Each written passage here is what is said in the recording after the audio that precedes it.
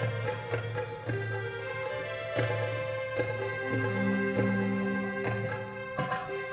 सवेर भ चुकल, अहाँ जाओ पूजा करे के लेल, और हमहू ड्यूटी से खाली भ गेल।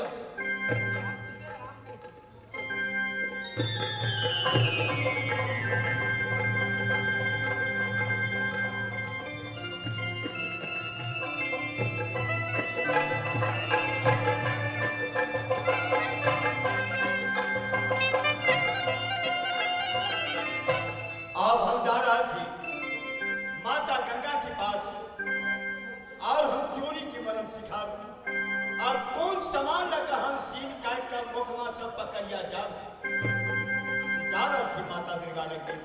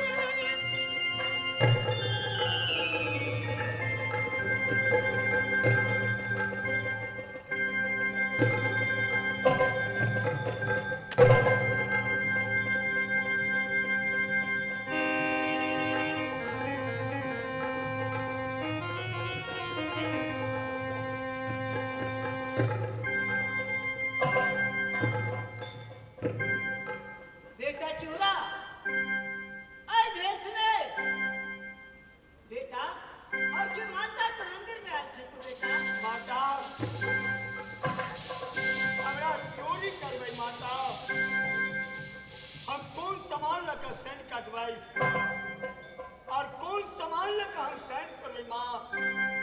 आज सीन कटवाई, सीनक माट सीने में दबेबे माँ, और अपनी बुढ़वा और बच्चा के नचका अंधकार बनाकर नाक पकड़िया चलबै माँ।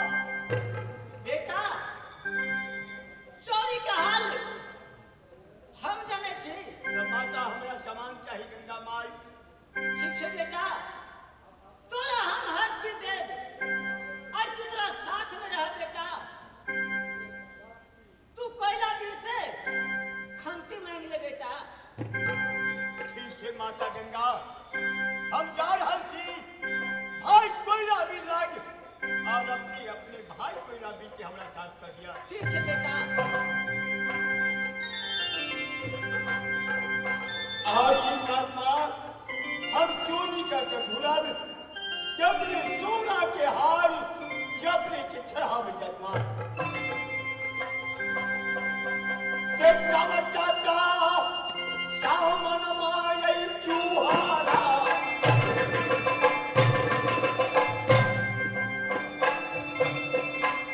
गंगा जी से दे गई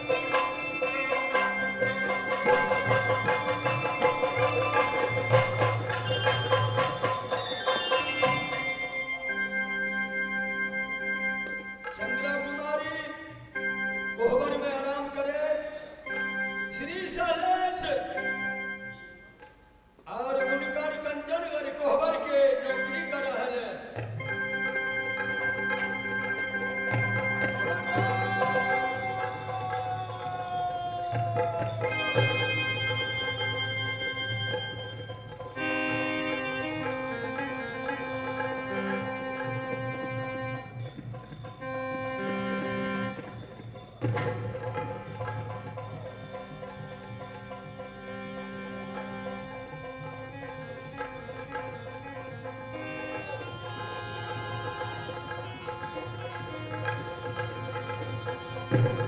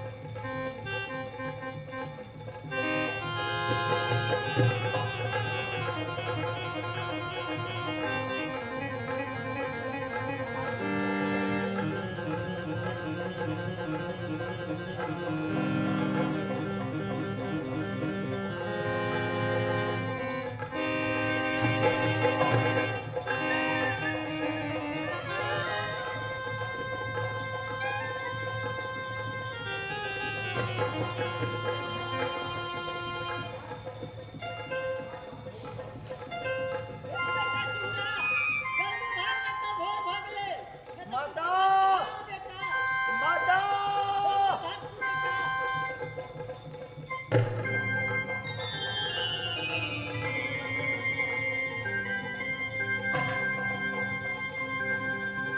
अब जा रहा थी बाप चोरी का काम।